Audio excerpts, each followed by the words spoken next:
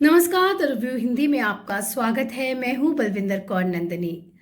लोकसभा चुनाव 2024 के नतीजे आ गए हैं। एक ऐसा चुनाव है जिसके नतीजे गहरे विश्लेषण की मांग करते हैं। चुनाव नतीजों पर फिलहाल सिर्फ राजनीतिक विमर्श ही हो रहा है। ज्यादातर लोग बीजेपी के बहुमत से दूर रहने और इंडिया गठबंधन, खासतौर से कांग्रेस के बेहतर प्रदर्शन पर बात कर रहे हैं। एक बात जो गौर करने में आई है वह ये कि सेकुलर लिबरल कहे जाने वाले अधिकांश बुद्धिजीवी इन नतीजों की व्याख्या सांप्रदायिकता पर सेकुलरिज्म की बड़ी जीत के रूप में कर रहे हैं। लेकिन क्या वाकई ये चुनाव परिणाम भारतीय राजनीति को कोई नई दिशा दे सकते हैं?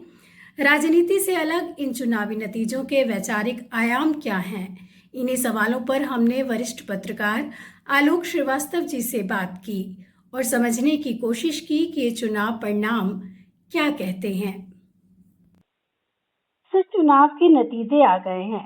इस चुनाव को आप कैसे देखते हैं? सिर्फ राजनीतिक ही नहीं, इसके वैचारिक और दार्शनिक आयाम क्या हैं? ये चुनाव जो परिणाम है उसको ओवर रीड किया जा रहा है।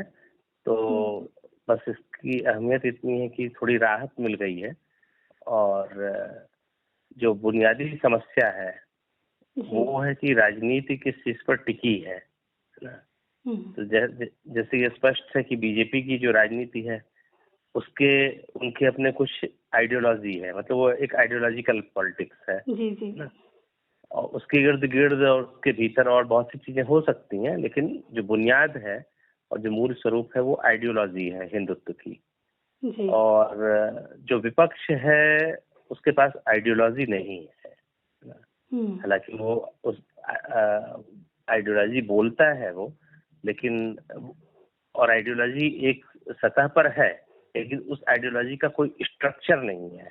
जैसे उनकी पार्टी उस आइडियोलॉजी से परिचालित हो, उस आइडियोलॉजी से परिचालित कैडर हो, उस आइडियोलॉजी का लिटरेचर हो, तो कुल मिलाकर के वो सिर्फ एक तरह से चुनावी एक मुद्दा है।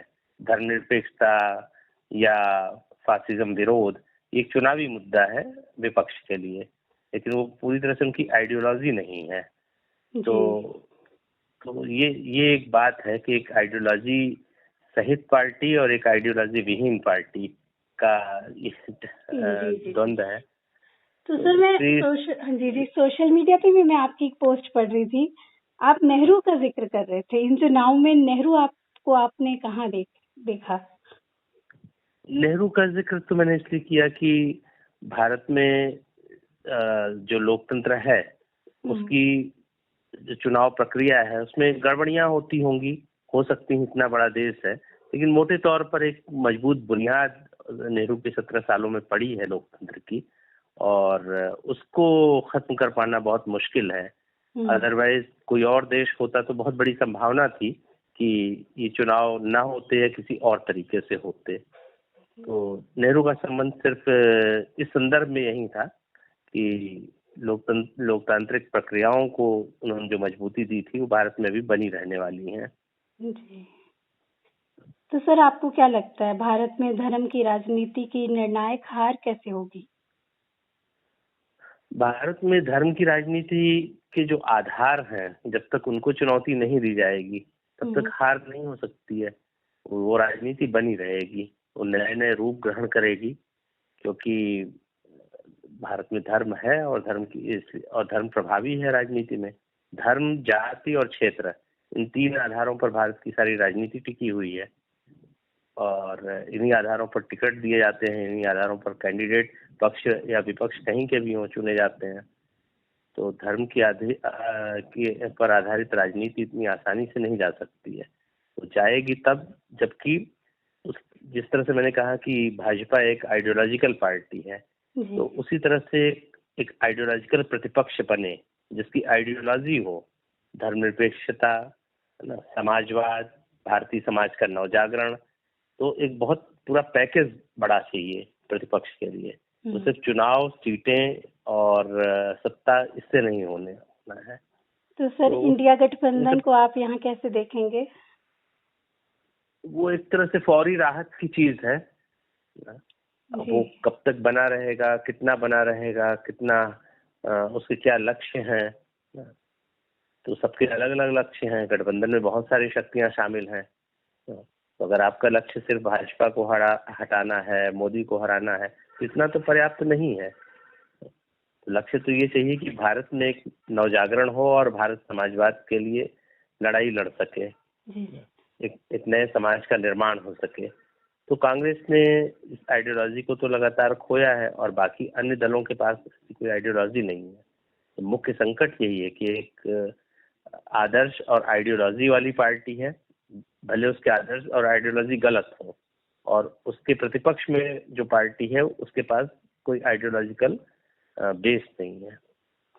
तो इन चुनाव को आपने फौरी राहत का ही नाम दिया है एक तरह से। हाँ हाँ, फिलहाल एक ब्रीदिंग स्पेस जिसे कहा जा सकता है वो है।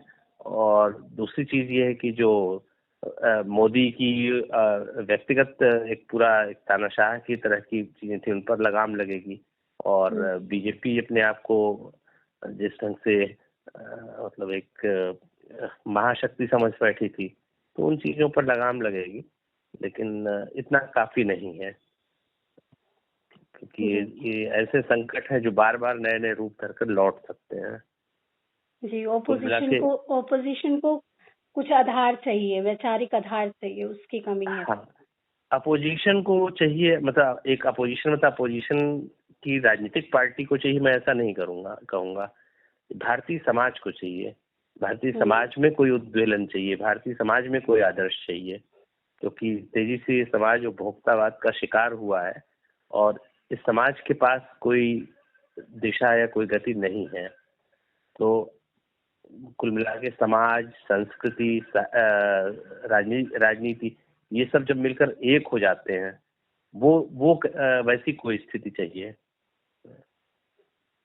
बहुत बहुत शुक्रिया सर, हमसे बात करने के लिए। जी धन्यवाद। धन्यवाद सर।